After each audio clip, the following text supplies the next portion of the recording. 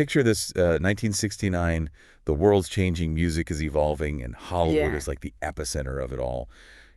A young, beautiful actress named Sharon Tate, Right. married to the renowned director Roman Polanski. Yeah. She's living a seemingly idyllic life in a beautiful home on Cielo Drive. She has everything, success, love, Mm. and a baby on the way. Well, But this dream is about to become a nightmare, one that will shock the world and leave an enduring stain on the fabric of American history. it's a story that feels almost ripped from the pages of a Greek tragedy, isn't it? A stark contrast between the promise of a bright future and the sudden descent into unimaginable darkness. It really is.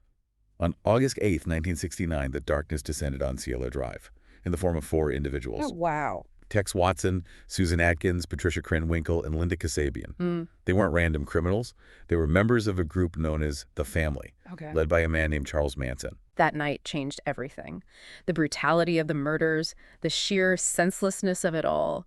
It sent shockwaves through Hollywood and beyond, shattering the illusion of safety and innocence that had defined the era. Welcome to CrimePod Castle's Twisted Crime series. It's a heavy topic, this one, Yeah. but it's one that continues to fascinate and horrify people to this day. Yeah. And I think it's important that we delve into it, not to glorify the violence, Right. but to try to understand what led to such a horrific event and what we can learn from it. I completely agree. It's a story that compels us to examine the darkest corners of human nature and the forces that can drive seemingly ordinary individuals to commit unspeakable acts. So let's start with Sharon Tate. Mm. She was more than just a victim in this story.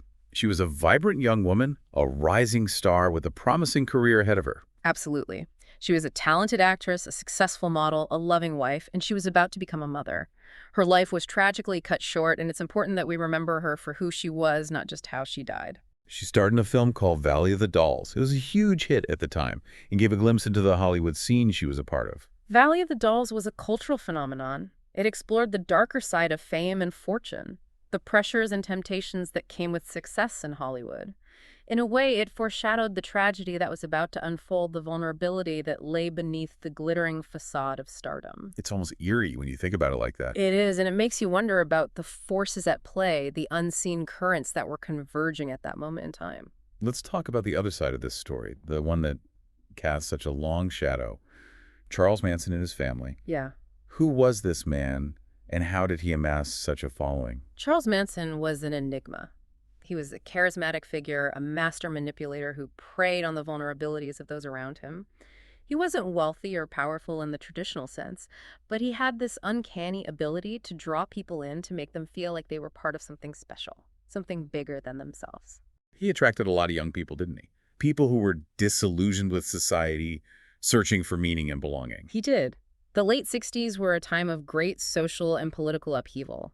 The Vietnam War was raging, the civil rights movement was gaining momentum, and there was a growing sense of disillusionment among young people. They were questioning authority, challenging traditional values, and searching for alternative ways of life. And Manson offered them that alternative, didn't he? He did. He created a family where everyone was accepted, where there were no rules or judgment, but it was a twisted kind of family, one built on a foundation of manipulation, control, and ultimately violence. He had this whole philosophy, this warped vision of the world that he called helter-skelter, didn't he? He did. It was a bizarre mixture of apocalyptic visions, racial tensions, and twisted interpretations of Beatles' lyrics.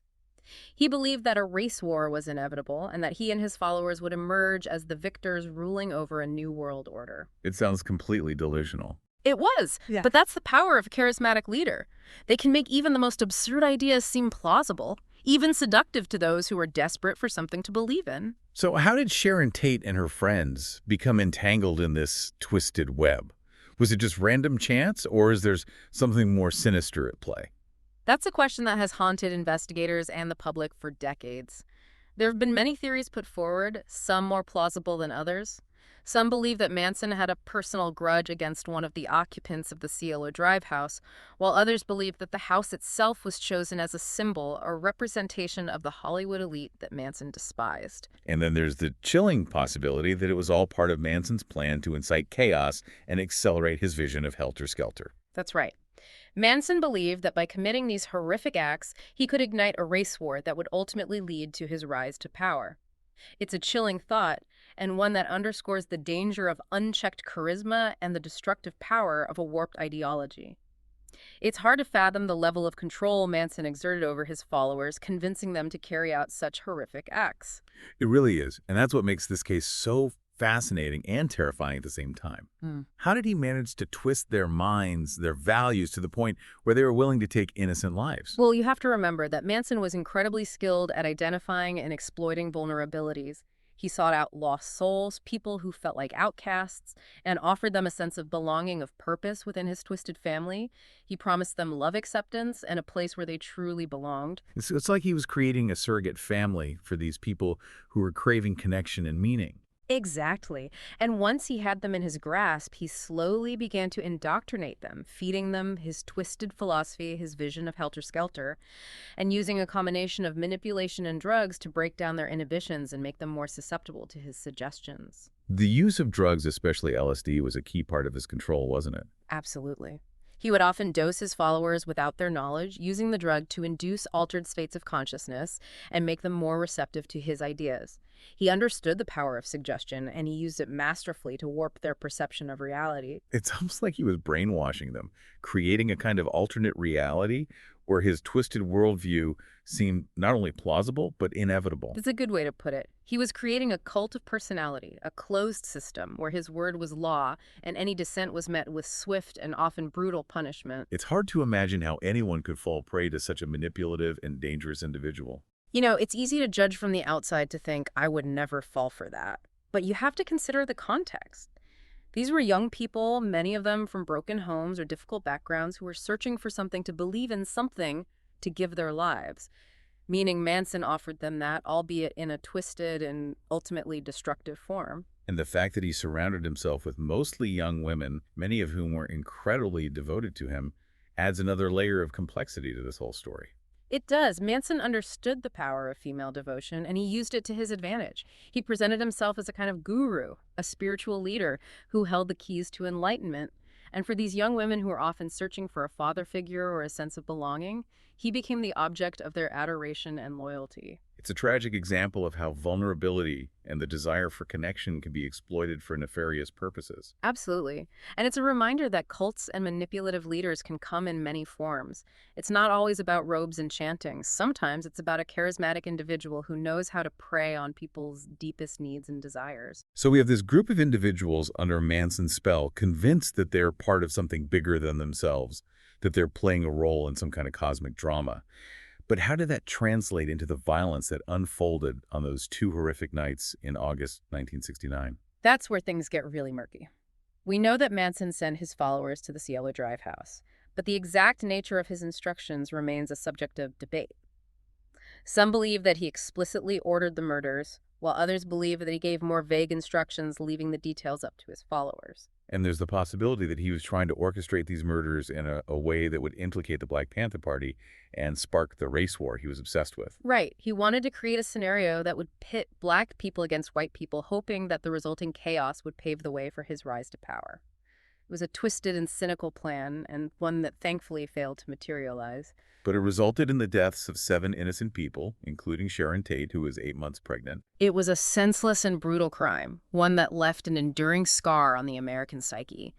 And the fact that it was committed by a group of seemingly ordinary young people under the influence of a charismatic but deeply disturbed leader makes it all the more unsettling. So how did the investigation unfold? How did the authorities finally track down those responsible for these horrific murders? Well, initially the police were baffled. They had no obvious leads, no clear motive, and the brutality of the crime suggested a level of rage and premeditation that was unlike anything they had seen before. It wasn't until months later, when a member of the Manson family, Susan Atkins, boasted about the murders to her fellow inmates in jail, that the pieces of the puzzle began to fall into place. Which was a confession from one of the perpetrators that led to the unraveling of this whole thing. Yes, Susan Atkins, while incarcerated for an unrelated crime, couldn't resist bragging about her role in the Tate murders. She didn't realize that her words were being overheard by another inmate who promptly reported her to the authorities. It's almost unbelievable that such a horrific crime would be solved by something as simple as a boastful confession. I know it's almost too ironic, isn't it? But that's often how these things play out. The arrogance of the perpetrators, their need to feel important, their belief that they're somehow above the law, often leads to their downfall. So Susan Atkins' confession led the police to the Manson family, and the rest, as they say, is history. Yes. The trial that followed was a media sensation, with Manson's bizarre behavior and pronouncements only adding to the public's fascination with the case. But amidst the spectacle and the media frenzy, it's important to remember the victims, the lives that were tragically cut short, and the families that were left to grapple with the unimaginable grief and loss. It's a reminder that behind every sensational headline, there are real people, real lives that have been shattered by violence and tragedy. Exactly. We can't let the sensationalism of the case overshadow the human cost of these crimes. The impact of the Manson murders extends far beyond the immediate victims, rippling outward to touch the lives of countless others. The cultural impact of this case is undeniable. It's Yeah. a case that continues to fascinate and horrify us. And I think part of that fascination stems from the fact that it forces us to confront the darkness that exists within human nature. Absolutely. It challenges our assumptions about good and evil, and it reminds us that even the most seemingly ordinary people are capable of unspeakable acts under the right circumstances. It's hard to believe something that happened like over 50 years ago can still have such a hold on us. But the Manson family murders continue to cast a long shadow over American culture. It's a story that seems to tap into our deepest fears, doesn't it? The idea that such random, senseless violence could erupt anywhere at any time is a terrifying thought. I think you're right. It shattered the illusion of safety for many people, particularly in Hollywood, Yeah. which had always been seen as this glamorous, carefree world. Suddenly, the dark underbelly of that world was exposed, and it made people realize that no one was immune to the forces of darkness. It also had a profound impact on how we view cults and charismatic leaders. The Manson case became a cautionary tale about the dangers of blind faith, the seductive power of a charismatic personality, and the vulnerability of those seeking belonging and meaning. It's almost like a real-life horror story, a reminder that monsters aren't always lurking in the shadows. Sometimes they walk among us disguised as ordinary people. And that's what makes it so chilling, isn't it? The fact that these weren't hardened criminals, but young people, many of them from seemingly normal backgrounds, who were seduced by Manson's twisted ideology and manipulated into committing these horrific acts. It makes you wonder what would have happened to those young people if they hadn't crossed paths with Manson. Would they have led ordinary lives? Would they have realized the destructive path they were on? It's impossible to say for sure, but it's a question that lingers, isn't it? It highlights the power of influence, the way that a single individual can shape the destinies of others for better or for worse. And in this case, it was definitely for the worse. Tragically so. But I think it's important to remember that the Manson family story isn't just about the darkness. It's also about the resilience of the human spirit, the ability to find hope and healing even in the face of unimaginable tragedy. You're right. The families of the victims have shown incredible strength and courage over the years, fighting for justice, honoring the memories of their loved ones, and advocating for changes that might prevent such tragedies from happening again. And there are countless stories of people who were touched by the Manson case, who've gone on to live meaningful and productive lives, finding ways to channel their experiences into positive action. It's a reminder that even in the darkest of times, there is always hope, always the possibility of redemption and healing. Absolutely. And I think that's one of the reasons why the Manson case continues to fascinate us. It's a story that forces us to confront the complexities of human nature, the potential for both great good and great evil that exists within each of us. It's a reminder that we must always be vigilant not only against physical threats, but against the insidious forces of manipulation and control that can so easily warp our perceptions and lead us astray. And it's a story that encourages us to cultivate critical thinking skills, to question what we see and hear, and to be discerning about the information we consume and the people we choose to trust. Because in the end, it's our responsibility to protect ourselves, our loved ones, and our communities from the darkness that exists in the world. I couldn't agree more. This has been a truly insightful and sobering deep dive into the Manson family murders. It's a story that continues to resonate with us, forcing us to grapple with complex questions about human nature, the allure of evil, and the enduring search for meaning and belonging.